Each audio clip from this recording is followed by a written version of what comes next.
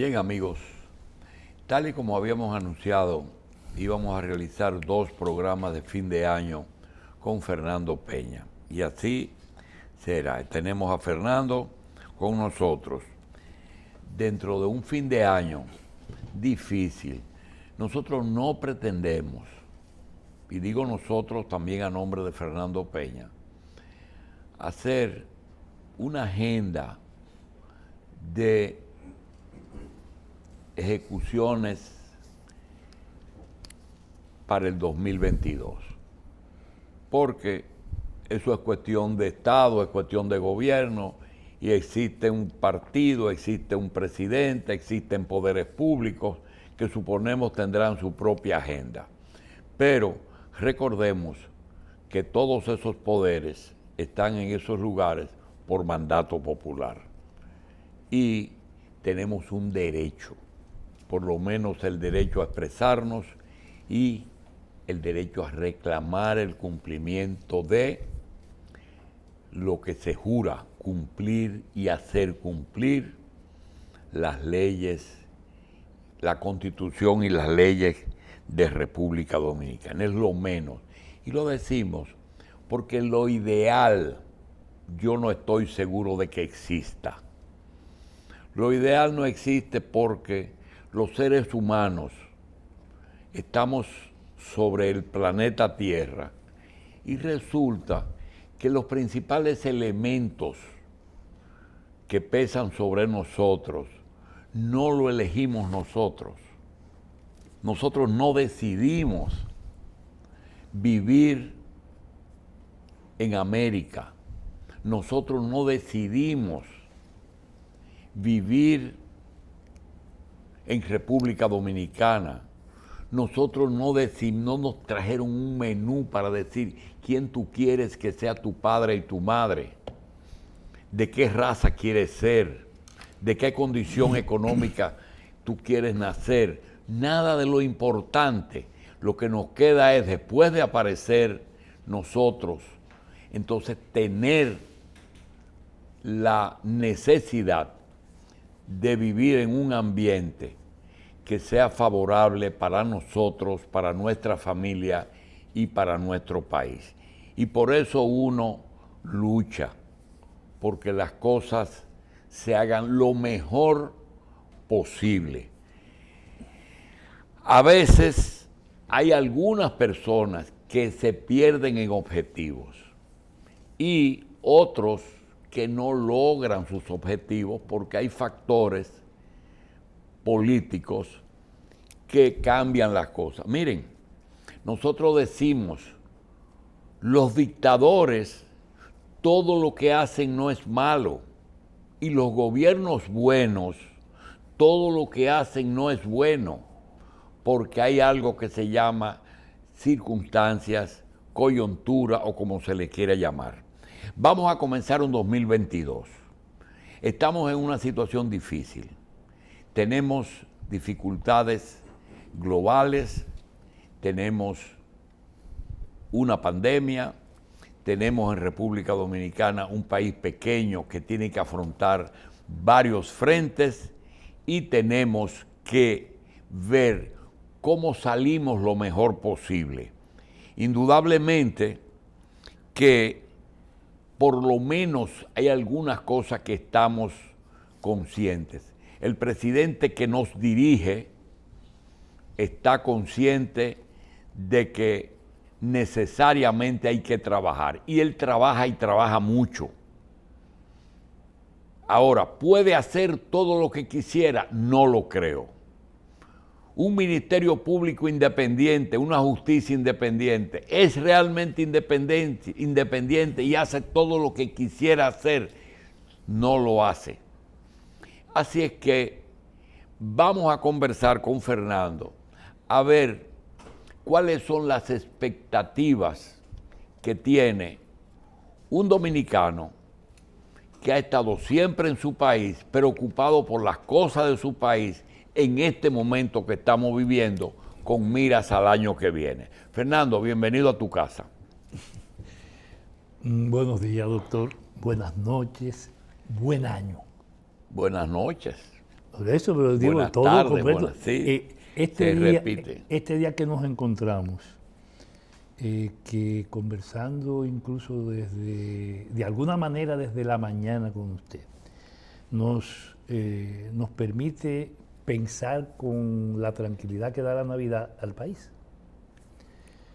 Yo, después que habíamos acordado juntarnos 2 veces el fin de año para examinar en público el curso de los acontecimientos y los escenarios posibles en el país, estaba pensando de qué forma lo veíamos. Si analizábamos esto con los ojos de la cara, para tratar de tener una visión de las cosas por el fenómeno, ¿no? Tal vez por la superficie, por lo que uno puede ver a simple vista.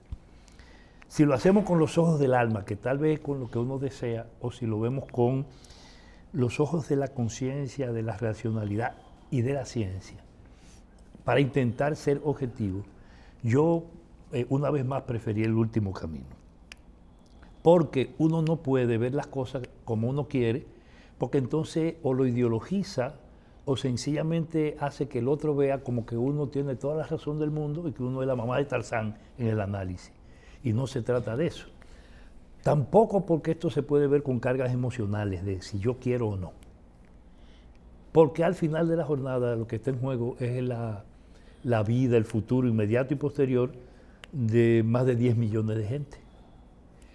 Viéndonos como país, viendo la isla, estamos hablando de camino a 3 decenas de millones de personas. Y viendo la región donde estamos viendo una parte del mundo con muchas islas, con una cantidad de pueblos impresionante. Es el archipiélago desde el punto de vista cultural y étnico-cultural más heterogéneo. Si usted puede correr el mundo entero y a los otros archipiélagos, que los hay, y donde hay poblaciones incluso más grandes probablemente, y sin embargo no encuentra esta diversidad. ¿Por qué? Porque estamos en el marco de una región que ha sido, como dijo Juan Bosch, en uno de sus históricos y trascendentes trabajos donde se metió a la geopolítica, que se llama el Caribe Frontera Imperial. Porque justamente aquí en el Caribe se decidieron hacer frontera en la procura de la dominación mundial y planetaria todos los imperios, holandeses, ingleses, franceses, españoles, aquí estuvieron presentes. Y no solo ellos, sino la presencia de otras potencias como Alemania, por ejemplo, que de alguna manera hicieron presencia acá. El papel de Holanda, que fue la primera nación en hacer una revolución industrial, aunque no fue la gran revolución industrial, es una muestra de ello. Entonces, estamos en el marco de un país que incluso ha tenido una historia tan convulsa como para haber hecho en los últimos 60 años lo que los otros restantes países de América Latina hicieron desde principios del siglo antepasado. Estamos hablando de que nosotros comenzamos a vivir una vida política agitada y un proceso republicano de otras características después de la muerte de Trujillo, mientras los otros comenzaron desde principios de ese siglo. Entonces, esta República Dominicana vive hoy un espacio que algunos calificamos de transicional a partir de la salida del PLD del gobierno, pero de una transición que todavía incluso no se despliega por completo porque apenas tenemos, después de la salida del PLD, 1 año y pico. Bueno, realmente fue el fin de una era, de una pequeña era. Si usted gusta decir eso, me parece que tiene sentido. Sí, porque hemos tenido, etapas de gobierno, pero parece que terminó esa, ¿verdad? Sí, como si fuera incluso en la conclusión abrupta de algo que anunció Leonel Fernández, que dijo hasta el año en que el PLD iba a gobernar, ¿usted se acuerda? Bueno, esos son deseos. Bien, pero lo dijo, o sea, era la proyección. En ese tiempo no se veía, nadie asimilaba la posibilidad de que el PLD saliera del gobierno y que saliera de la forma en que salió. Posiblemente estaba pensando que era con él. No, eso es indiscutible. Y segundo, posiblemente nosotros estamos en un descanso como tuvimos en los 4 años de Hipólito y volvamos a Leonel Fernández. O como tuvimos los de Balaguer, que se fue y volvió. Sí. Porque Así se fue y es volvió. que son... Pero ocurre que no, porque cuando... Lo que pasa es que la era del PRD es episódica. Sirve para... La presencia de... Sí, porque es el karma, la marca de la tradición liberal en la República Dominicana. Siempre ha sido así. Siempre ha sido así. Cuando usted lo busca en la historia republicana, justamente las interrupciones así lo Entonces muestran. lo que ¿no? se van son los liberales. Saben irse. Pero en el marco de un movimiento pendular que cada vez que viene la situación diferente para el país, porque objetivamente la vuelta de toda reconstitución conservadora siempre ha implicado cambios políticos importantes en la vida institucional y social de la República Dominicana. En esto creo que hay algunas apreciaciones de tipo teórico que se hicieron antes, a las que yo vuelvo con frecuencia, y que tienen mucho que ver con algunos pensadores dominicanos que han examinado justamente eso que algunos llamaron la arritmia histórica de la República Dominicana en la vida republicana. Uno de ellos fue justamente a quien mencioné la última vez que estuve aquí, Maximiliano Gómez el Moreno. Y luego hago la mención porque estoy volviendo de nuevo a examinar y a estudiar cada uno de los planteamientos que hizo en escritos probablemente poco divulgados, pero al mismo tiempo insuficientemente tratados, que marcan el análisis de los grupos de poder, de los grupos en la República Dominicana, de cómo se articularon, cómo él explicó, por ejemplo, ese comportamiento de la oligarquía cívica y la oligarquía trujillista, cómo él lo dividió, y cómo en paralelo a la oligarquía cívica y la trujillista puso de lado ese pensamiento liberal de manifestaciones arrítmicas en la conducción del Estado y de la República Dominicana. Que por cierto, quiero tu tesis, que es sobre Maximiliano Gómez. Es sobre la izquierda. ¿Perdón? Sobre la izquierda. Sobre la izquierda, pero quiero algo más, Pero habla porque del Moreno bastante. yo viví esa época y yo te confieso que conversando contigo es que he podido valorar esa figura dentro de la izquierda dominicana, porque a veces me quejo de que la izquierda no aportó gran cosa excepto en la revolución. Y fíjese que incluso... Y oyéndote, No, pero he tenido que ponerme a revisar la actuación de Maximiliano Gómez. Incluso se lo digo y aprovecho la ocasión para planteárselo porque a Moreno se le ha examinado en función de dos cosas. Número uno, en función de lo que fue el secuestro de Crowley, donde él, sin ser operador activo del proceso, porque era el prisionero, era el líder de los prisioneros en ese momento, pero su partido fue el que dirigió, concibió y realizó esa epopeya en 3 meses. Increíble, pensando en lo que eso significó en el país, sus consecuencias hasta hoy, hasta el presente. No quisiera meterme en la historia de la izquierda, que siempre... nosotros tenemos 2 temas que yo veo que son como materias pendientes y creo que tú la tienes también. Leonel Fernández trató en la fundación de hacerlo, que es los nuevos grupos económicos y la historia de la izquierda, porque para mí el MPD nació, para mí, en el 60 en la Duarte. Para mí. Sí. No, pero nació en Cuba primero y vino, digo, no, llegó me acá, refiero llegó al para mí, cuando yo vi lo vio. MPD, Movimiento Popular Dominicano, frente al Cinemax. Y con respecto a Máximo López Molina y al el paralelismo entre el Moreno y Máximo López Molina, yo no he podido evaluarlo realmente, pero hay algo que sí me llamó mucho la atención y todavía no he podido descifrarlo, ¿por qué ese partido llegó a tener una simpatía en una época en que justamente los profesionales en la universidad, todo, nadie decía yo soy del MPD, sino simpatizante del MPD, colaborador del MPD? Entonces, vuelvo y te digo, creo que eso va a ser motivo de futuro, porque ahora tenemos unas materias que son más apremiantes. Sí, menos que historiográficas. es un año en que tú, no puedo decir que no hay horizonte, siempre te lo digo, pero veo como muchas nubes que no me dejan verlo. No, pero es donde yo quiero llegarle. Si usted analiza las cosas siguiendo un poco esos parámetros de Moreno,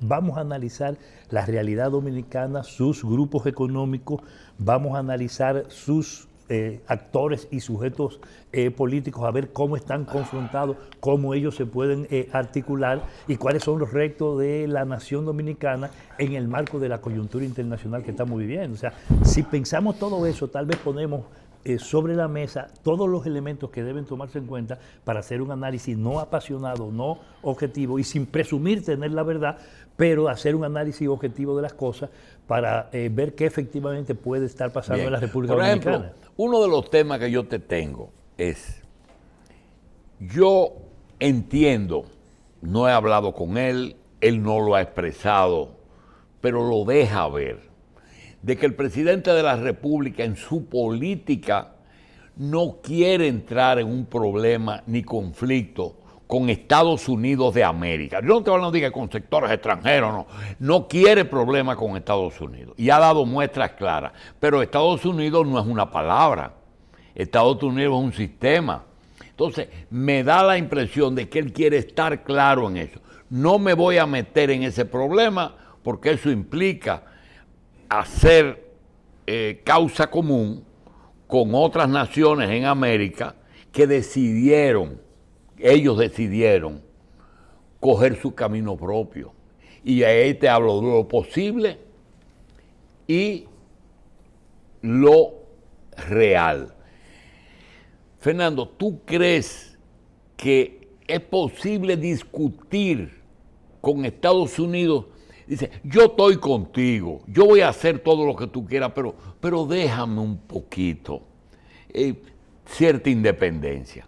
Por ejemplo, en minería, en la situación con China, en la situación con el resto de los países de América que han decidido no tener las mismas relaciones con Estados Unidos. ¿Qué se puede hacer? ¿Cuál es el 4x4 que te está dando Estados Unidos para que te mueva? Cuando Leonel Fernández era presidente, cuando se vivió la situación con Venezuela, la República Dominicana frente a los Estados Unidos estaba en la misma disyuntiva que ha estado ahí, que está ahora, porque nosotros somos una neocolonia. Somos un país bajo la égida, la dominación de los Estados Unidos. A usted no le gusta volver a usar el término y lo usa muy peyorativamente, el imperialismo norteamericano. O sea, los Estados Unidos, el imperio norteamericano, para decirlo entonces más suave, controla y domina en términos esenciales la vida de la República Dominicana y el curso de los acontecimientos políticos de este país, y por eso nosotros somos una nación dependiente que está bajo esa dominación neocolonial. Partiendo de ese criterio, no quiere decir que nosotros no somos un país con el formato de independiente, sino que ha venido logrando niveles efectivos de autonomización de un poder que va en el mundo reduciendo también sus capacidades de influencia, porque lo que eran los Estados Unidos en América Latina y el Caribe hace 15, 20 años, 30 años no es lo que es hace 15 años, y mucho menos lo que hace 10, y tampoco lo que es ahora. Ahora incluso estamos viviendo un proceso de nueva reversión de los últimos reacomodos políticos que logró establecer los Estados Unidos bajo el tronismo y bajo... ¿Y podemos aprovechar esa disminución del poder de ese poder? Pero por supuesto que siempre ha pasado así, que en la política todo se maneja a partir de realidades, no es de deseos. La política de lo que se nutre es de realidades, no es de aspiraciones. Si yo soy socialista, yo creo en el socialismo y creo que el mundo indefectiblemente va a llegar al socialismo, pero la realidad me dice a mí que yo no me puedo plantear el socialismo como la consigna táctica, como el reclamo del momento y como una posibilidad inmediata ahora, y mucho más aún después que se vendió el socialismo como totalmente muerto y se planteó y se asumió, hasta todavía algunos lo hacen, el fin de la historia, ¿no? A los Fukuyama. No.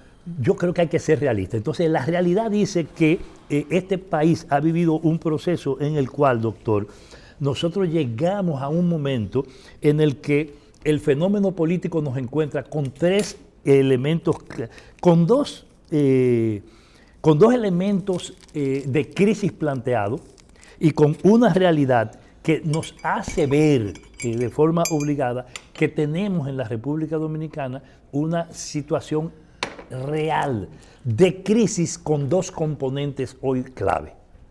Uno es el estado de nuestra economía, y dos es la forma en que los fenómenos coyunturales como la pandemia influyen en esa crisis. Y que eso, de cara a lo que son las expectativas y las posibilidades de nuestra economía, dicen que lo que pinta en los próximos 6, 7 meses, 8 meses, el próximo año, no es bueno. Y no lo es no porque uno quiera que sea así, sino por los números. Pero yo no me estoy refiriendo a los números críticos de algún economista alternativo. No. Es tomando en cuenta los números que habla el propio gobierno y que hablan las autoridades. No como ellos lo maquillan o lo manipulan, no, sino los números crudos. Y usted ve el problema de el carácter deficitario de nuestro presupuesto. Y cómo tiene que componerse. Y cómo ese presupuesto solamente puede ser compuesto para equilibrarlo en base a dos cosas. A la amenaza permanente de impuestos que te lo quieren plantear en paquete, pero que se han visto imposibilitados a hacerlo, y ya este gobierno, nada más el de Abinader, lleva 2 proposiciones del paquete de la llamada reforma fiscal, 2 proposiciones.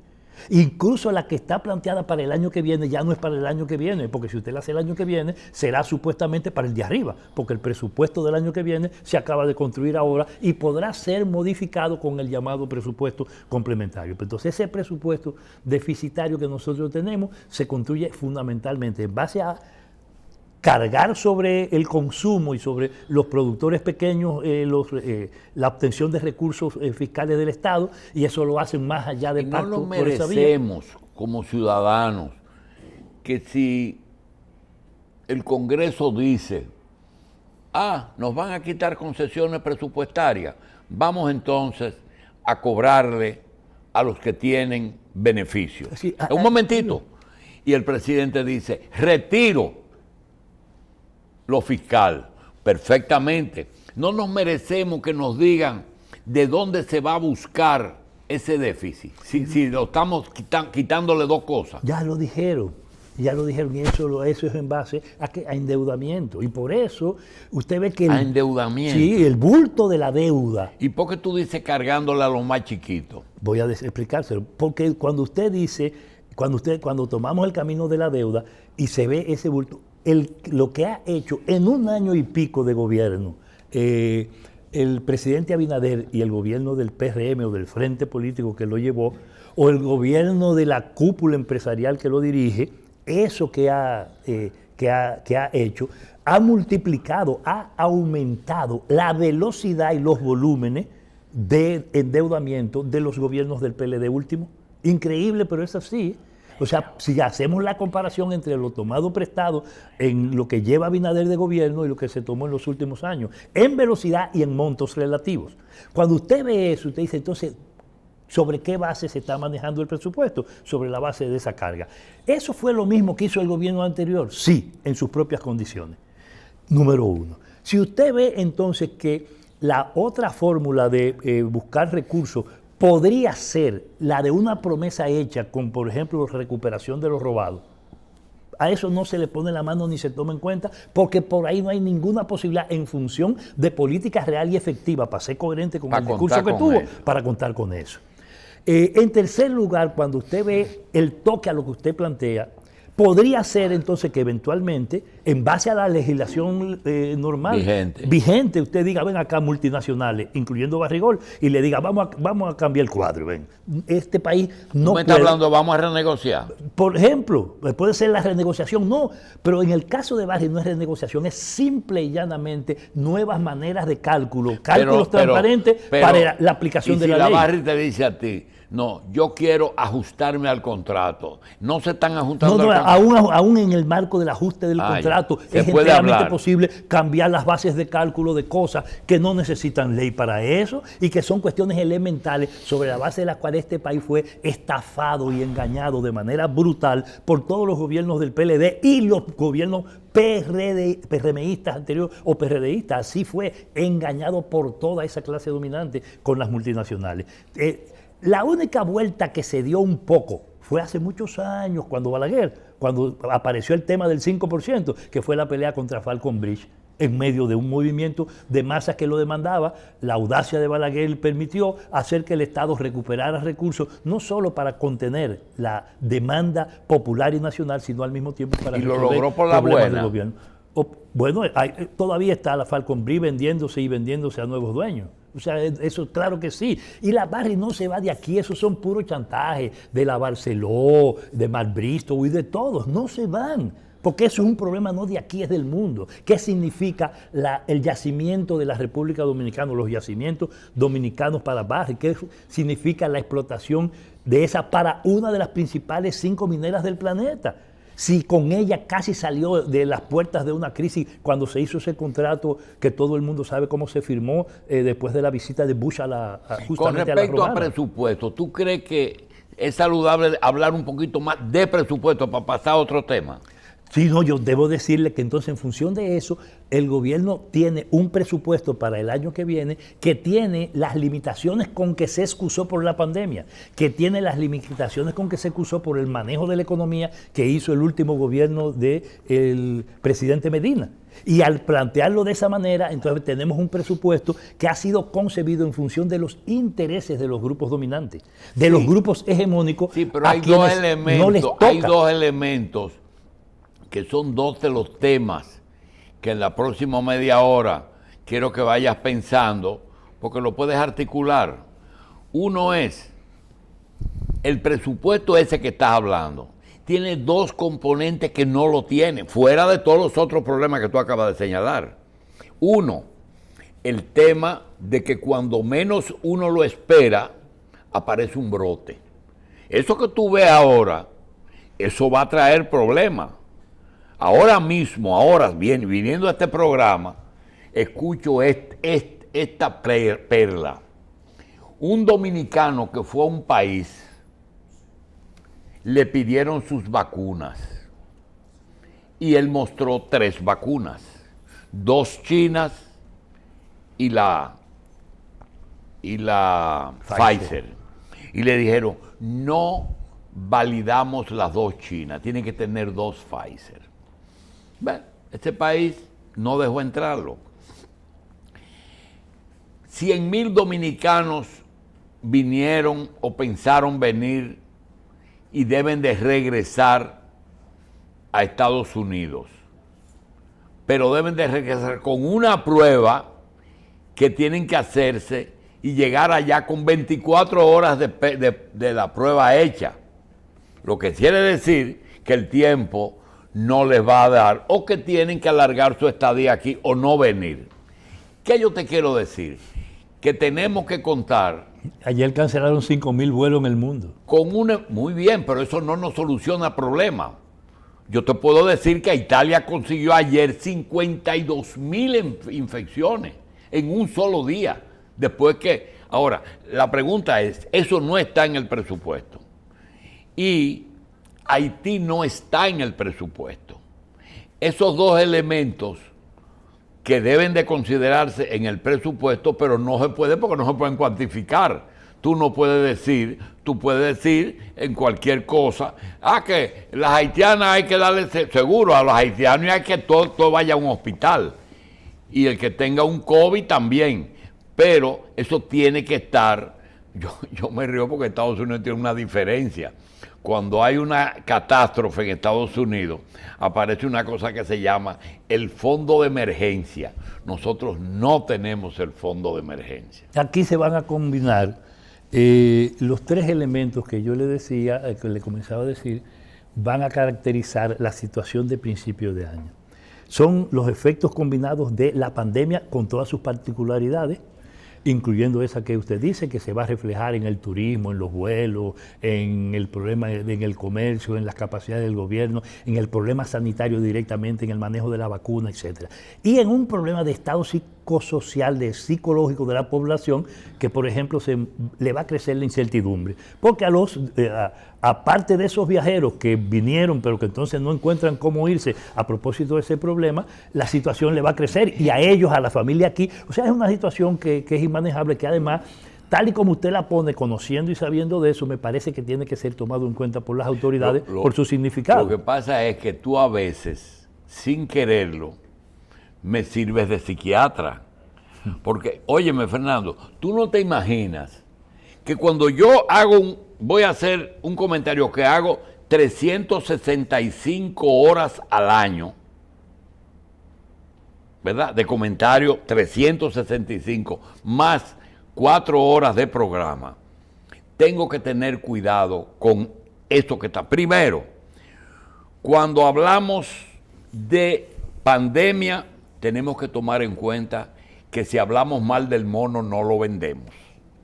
Por tanto, no esperemos que el gobierno, en un país que depende del turismo, nos plantee la realidad de la pandemia en el país. No lo puede, no lo debe hacer. Y los medios no pueden decir, la verdad es la verdad. Muy bien, yo recuerdo siempre, en la isla de Antigua pasó un ciclón y el gerente de American Airlines en esa islita dijo que la isla estaba devastada. Y el primer ministro pidió a American que saque ese hombre, porque esa gente vive del turismo, y al decir que estaba devastada, se condenó. Ese uno. El segundo, aquí no se puede hablar de haitianos. El que habla de haitiano es racista. Y yo me pregunto, un hijo mío se está ahogando. Hijo mío, no estoy poniendo un enemigo, Un hijo mío se está ahogando. Y yo estoy en el farallón viendo, pero yo no sé nadar. Mi deber es ahogarme, tratando de salvarlo. Entonces, ese tema del presupuesto en Haití, hay que ponerlo. Cuando aparece un carajo que dice que aquí Salud Pública está gastando 3.000 millones o 4.000 millones que no están en el presupuesto atendiendo parturientas haitianas. No se puede hablar de eso, porque entonces Fernando Pella me dice, doctor, usted está equivocado. Eso tiene que... Yo no estoy hablando de que no se le haga el parto, sino de que cómo llegó a la maternidad Nuestra Señora de la Altagracia. Entonces, yo quiero que tú me reiteres esos temas que no se pueden ni se deben batir mucho, pero que son gastos y que van a meter. Yo le tengo calculado, mira, que entre salud, pandemia, atención, presupuesto dedicado a Haití y corrupción, yo creo que nosotros tenemos más del 50% de nuestro presupuesto. Doctor, siempre insisto en piropearlo por la inteligencia con que usted maneja las cosas, pero yo sigo para darle respuesta a eso diciéndole que además del tema de la pandemia, planteado en los términos que acabamos de conversar, agravado por la parte de lo último que usted dice, nosotros tenemos una crisis de la economía en otros planos, planteada en términos de nuestra economía. La relación comercial, la compra y venta de productos, la producción nuestra que sale al exterior, lo que exportamos, en relación a lo que tenemos que importar como producto y consecuencia del impacto, nos dice que nosotros tenemos una situación no solo de incertidumbre, sino de gravedad a nivel de los términos medios de los grupos económicos, no de los poderes económicos, sino de los núcleos de nuestra economía, de nuestros productores, de los productores intermedios. Una situación de angustia, y de los pequeños cada vez peor. Una situación dificilísima, porque las soluciones macro que se procuran para la estabilidad económica no toman en cuenta esencialmente a los chiquitos se los siguen entregando los grandes. los niveles intermedios más altos y los grupos monopólicos. Por eso al final de la jornada, los que han hecho un gran negocio durante toda la pandemia y en el proceso cuasi pospandémico nuestro que podríamos empezar a vivir y que formalmente nos hicieron comenzar a vivir, lo han hecho los grupos tradicionales monopólicos. Son los únicos que han hecho eso en la banca, en los niveles de la construcción que se mantienen, en la industria y el comercio. Son los únicos que han hecho esos grupos poderosos, que son incluso los que, para no llevarse sorpresa, decidieron controlar en esta transición el gobierno de la República Dominicana, y así lo hicieron. Y distinto a las angustias, y les respondo la primera de las preguntas, y distinto a las angustias que podrían verse en el gobierno de Leonel Fernández y en los gobiernos de Leonel y los gobiernos de Danilo, o sea, los gobiernos del PLD, las angustias que se vivieron en relación, por ejemplo, a los norteamericanos, siempre le jugaban como si fuera dos caras. Por ejemplo, en materia de relaciones y de políticas regionales. Le jugaron a Venezuela mientras hacían cosas para hacer sentir bien a los norteamericanos. Es más, le jugaron a Zelaya y terminaron sacando a Zelaya del poder desde aquí, desde la República Dominicana, y si no, pregúnteselo a Leonel Fernández. Todo lo otro son simulaciones, ¿no? Es absolutamente diferente. Pero yo te quiero decir, yo no soy radical. Escúcheme, le falta lo de los chinos. Para que lo ponga ahí, porque es que parecería que yo estoy diciendo, hay 2 renglones que se comen el presupuesto. No, Fernando, tú acabas de decir los pequeños productores. Tú sabes que cuando hay cierre de frontera, yo me doy cuenta que la pendeja bilateral, hay mucha economía dominicana que también se nutre de allá. Déjeme llegarle ahí. ¿Qué tú crees que buscaban los choferes que secuestraron? Déjeme llevar mercancía de aquí. Déjeme llegarle ahí. Porque todas esas cosas, cada vez que yo estoy respondiéndole la primera de sus preguntas del día de hoy, es cuando usted me dijo norteamericano, los PLDistas y Abinader. Abinader fue la primera de sus preguntas. Mire cómo yo di la vuelta entera para poderle llegar a la respuesta, y le estoy poniendo de ejemplo la llamada doble cara con que se manejó el gobierno o los gobiernos del PLD, y que definitivamente fueron siendo más claras. Primero, el ejemplo de Honduras y Venezuela, y ahora le pongo el ejemplo de los chinos. Cuando Danilo Medina, en el primer gobierno, decidió comenzar a anunciar y a dar pasos para su política exterior, una de las primeras cosas que se planteó fue la visita a China. La visita a China, eso estuvo planteado. Y estuvo planteado con grupos empresariales incluso. Ahora, ¿qué significaba eso? Estaba de por medio la discusión y probablemente la puesta en funcionamiento del acuerdo que se había aplazado en nombre de muchas excusas con aquella empresa china, la Sichuan, con Montecristi.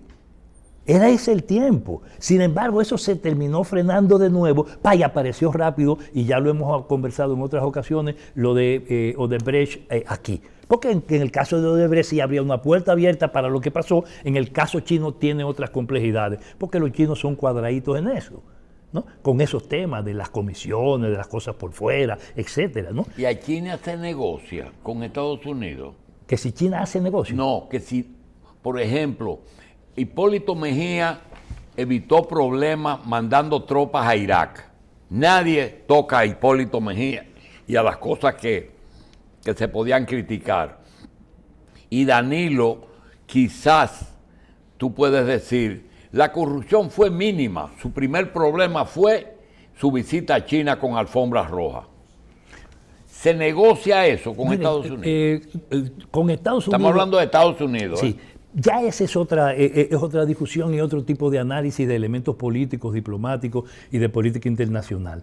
Pero todo, absolutamente todo en política se negocia. Todo está planteado como una posible negociación. Hay gente que hace cosas y gente que no las hace. Sí. Pero de que todo está planteado, está planteado. Y eso también. Ahora, lo que sí yo sé es que al principio hubo un comportamiento dual. Hubo cierta posibilidad de abrir en esa dirección. Sin embargo, no se hizo. Terminó echándose hacia atrás todo ese proceso y terminamos ¿dónde? En Brasil. Ahora, Brasil no gustaba igual.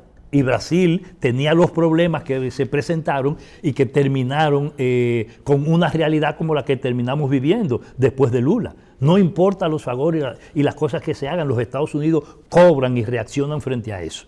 Entonces, ¿qué ha pasado con el gobierno de Abinader? El gobierno de Abinader aprendió la lección. Y siendo y perseverando en una línea fundamentalmente conservadora en el marco diplomático, le puso a gusto el canciller a los Estados Unidos. Primero. Segundo, tomó una dirección clara y fue preciso, incluso se pasó el presidente de la República, porque aunque él es el jefe de las relaciones diplomáticas y de todas las cuestiones de Cancillería en nuestro orden institucional y constitucional, lo cierto es que quien debió dar las primeras declaraciones que se dieron sobre China fue el canciller únicamente y no el presidente de la República, y el presidente no solo las aceptó, las dio él mismo y las pautó, ¿no?, en relación al término de China. No, y los Estados Unidos son esto para nosotros. Entonces ya no es la seña, ya no es el funcionario, ya no es la política y es la manifestación política. Y eso continuó siendo justo hasta el día de hoy, y eso se ha expresado en el terreno comercial, en el terreno de los contratos, en el trato de las multinacionales y en la aceleración del proceso, por ejemplo, de las APP. Y hacia dónde se empujan y se orientan esos negocios. Y el tipo de política que ha desarrollado. En combinación con quién, eso fue para lo externo, a lo interno, con los grupos más conservadores del país y particularmente con los ejes fundamentales históricos de la vieja oligarquía cívica, que es la que encabeza el grupo que controla ahora la consorte de grupos poderosos y de grupos económicos que ha puesto bajo secuestro el gobierno dominicano y controla el gobierno de la República Dominicana, que es la tríada que encabeza el grupo Vicini. Ese es el problema que está planteado al interno. Entonces, el gobierno de Abinader ha servido en las dos direcciones. A los grupos monopólicos que controlan la economía dominicana, por eso sus acciones son en función de la lógica que mandata y que ha pautado en sus aspiraciones y en sus presiones, no solo a los gobiernos PLDistas, sino ahora, actualmente el grupo Vicini, y por otro lado, a un grupo que fue el buque insignia incluso del PLD durante un buen rato y un buen periodo, que es el grupo Estrella, que es justamente el que con ellos combina la conducción del Estado dominicano y del gobierno dominicano en las actuales circunstancias. Entonces eso nos presenta una situación en el país donde los actores políticos, los sujetos de gobierno, hay que buscarlos justamente en esos grupos del poder permanente. Por eso no es casual que cuando se estudian los problemas de la realidad dominicana no se quiera prestar atención al papel que juegan esos grupos económicos. Y entonces se quiere dejar todo en cosas fenoménicas como el CONEP, la AIRD, y se buscan sencillamente los formatos sindicales o institucionales corporativos de esos agrupamientos. Se buscan eso, no. El CONEP, AIRD, Asociación de Industriales de Herrera, para poner eso, FAI, Federación de Asociaciones Industriales del país, no son las expresiones directas, efectivas, que conducen el poder económico y la efectividad de los grupos económicos que ejercen control de la nación. Esos son los formatos institucionales corporativos con los que ellos se desenvuelven. En efecto, cuando usted va y busca debajo de esos grupos, usted se da cuenta que son los tres grupos, es la tríada, y los grupos que le son adláteres, los que conducen y dirigen la vida económica y político-social hoy en la República Dominicana. Son esos grupos los hegemónicos, los que controlan los grandes monopolios o los oligopolios en la República Dominicana. Los otros son grupos subordinados. En esta oportunidad, ¿tú visualizas al presidente de la República de hoy una persona que sirve a esos grupos o que es parte de esos grupos? Las dos cosas. Ajá. Sí. Sí, porque lo primero es que eso no es... Aunque no sea del tamaño. Eso no es un problema de personal, no es un problema de valoraciones personales, individuales, es un problema de grupo. El grupo económico del que es parte y dueño el presidente de la República, porque él no es parte porque es empleado, él es dueño, porque es heredero, ¿no? Ese grupo económico y las articulaciones de ese grupo económico con otros actores de la vida económica industrial tradicional, dice que el presidente es parte de un grupo económico de base industrial, uno. Dos, con articulaciones bancarias mínimas, pero sí con una participación en otras esferas de la economía que incluyen hasta la educación. Ok, yo para que mi generación entienda, uso en forma irónica la frase imperialismo yanqui, oligarquía criolla. Y así, alguna gente que tiene más de 50 años recuerdan a qué no... El presidente no es parte de los grupos oligárquicos tradicionales, sí, sino de los grupos de poder económico que no son oligárquicos tradicionales. Su problema no era el terrateniente, no era la tierra. Hay algo que... Tú sabes que aquí a veces se usa la revista como un... Por eso él es un cementero, como por ejemplo. Un aula de clase. Y preguntan, por ejemplo, cuando tú hablas de Barrigol, cuando hablas de un banco americano, cuando hablas de USAID... Eso es capital internacional. Pregunta, tú relacionas, cuando es capitalismo, el gobierno de Estados Unidos con sus grandes empresas. Por supuesto. Como siempre. Por ejemplo, no lo digo yo. Si una empresa se siente, perdón que te voy a poner un ejemplo. Si una empresa se siente que Brasil está transitando un camino competitivo cuando comenzó a financiar 12 países con el idioma que esos países entendían, inmediatamente la acción comienza en Estados Unidos. Está íntimamente ligado el capitalismo a sus empresas. Pero no solo y a su gobierno. Pero eso es sí para que la gente lo entienda. Y punto. Es verdad. Pero yo le voy a decir más que eso. ¿Cómo no iba a interesarse los Estados Unidos con lo que hacía Venezuela cuando Venezuela no solo creaba a Alba Petróleo, sino que creaba el proyecto ALBA en sentido general y creaba toda esa relación que se dio hacia América del Sur, que está tan viva hoy que le han recompuesto de nuevo el problema. Eso está cambiando totalmente, seguro. Pero todo eso es la siembra que hizo Chávez. Pero lo dejaron que lo haga. O lo hicieron a pesar de... Casi 13.000 estaciones de gasolina tenía PDVSA en los Estados Unidos. PDVSA. Sí, yo sé. Sí. PDVSA financiaba directamente medianos y pequeños propietarios en los Estados Unidos. Venezuela, en la Venezuela chavista. Los Estados Unidos no podían permitir eso en nombre de ninguna democracia. Ellos son demócratas hasta donde le da su gana y hasta donde llegan sus intereses. Después de ahí, los otros son los que tienen que ser demócratas, no ellos. Ellos te invaden porque son los demócratas. Y en nombre de eso, como han hecho con la República Dominicana, con Haití, que lo han desbaratado de mil maneras después de haberlo desbaratado en la historia, ¿no? Entonces, lo que acontece frente a este tipo de situaciones es que tenemos que ver la cosa, doctor, con los ojos de la cara. Los grupos económicos en la República Dominicana han tenido una historia. En eso hay que volver también a Maximiliano Gómez. Se lo voy a traer, le voy a apretar todos esos textos. No, lo que pasa es que yo no quiero hacer esta pregunta, pero ya mira, Revista no es un programa de televisión, es una forma de vida. Y me están preguntando, y si no, date la gana de que es una pregunta mía. Pero me preguntaron, ven acá, Fernando Peña quiere entusiasmar a Guido para que entienda que él tenía un papá que se merece tener un hijo presidente. No, pero Guido se entusiasma solo y él te entusiasmaba en su proyecto. No hay que entusiasmarlo. Guido no hay que empujarlo. Pero él dice que Guido tiene su propio... Él dice que no es traspatio. Pero usted sabe que Guido es un muchacho, un joven, un hombre de pensamiento propio. ¿Desde cuándo Hipólito? ¿Usted lo sabe?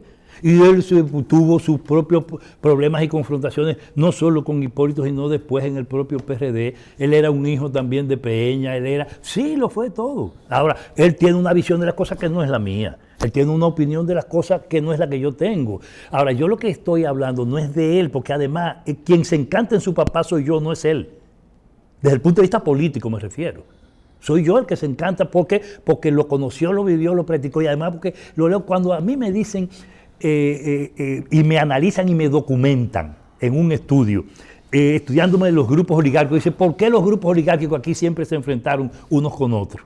¿De dónde viene eso y cuáles son las razones materiales, las bases, lo dice un marxista como Moreno, las bases de su confrontación? ¿Por qué esos grupos son diferentes, los cívicos y los trujillistas, como él lo denominó, frente a los grupos liberales? Estoy refiriéndome al grupo del que Guido es parte, a ese grupo liberal. Ese grupo liberal en este país siempre ha rendido sus capacidades ante el peso de los poderes imperiales y por eso se rindió. El propio Peña le quiso buscar una vuelta, ahí vino todo el tema del Internacional Socialista, ahí vino todo el tema de América Latina, ahí vimos incluso la propuesta de una vía diferente. Y fue el Moreno el de la frase, la independencia se logra con violencia.